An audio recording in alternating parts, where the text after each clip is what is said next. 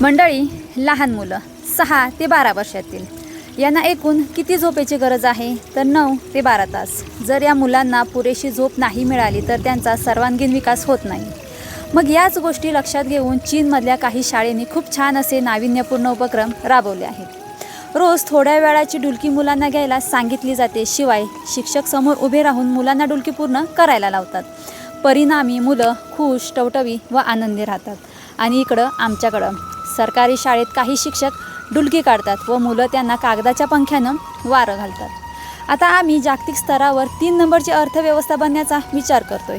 पण आमच्या शाळेत चीनसारखे फोल्डिंग बेंच तर सोडा, बसायला बसकरही नाहीत. आता सरकारी शाळेतील मुलांची संख्या कशी कमी होईल, जेणेकरून खाजगी शाळेंचा चांगलाच धंदा होऊन आमचे खिसे भरले जातील, असा विळा येथील प्रशासकीय अधिकाऱ्यांनी उचललाय का, असा कधी कधी मनात प्रश्न पडतो.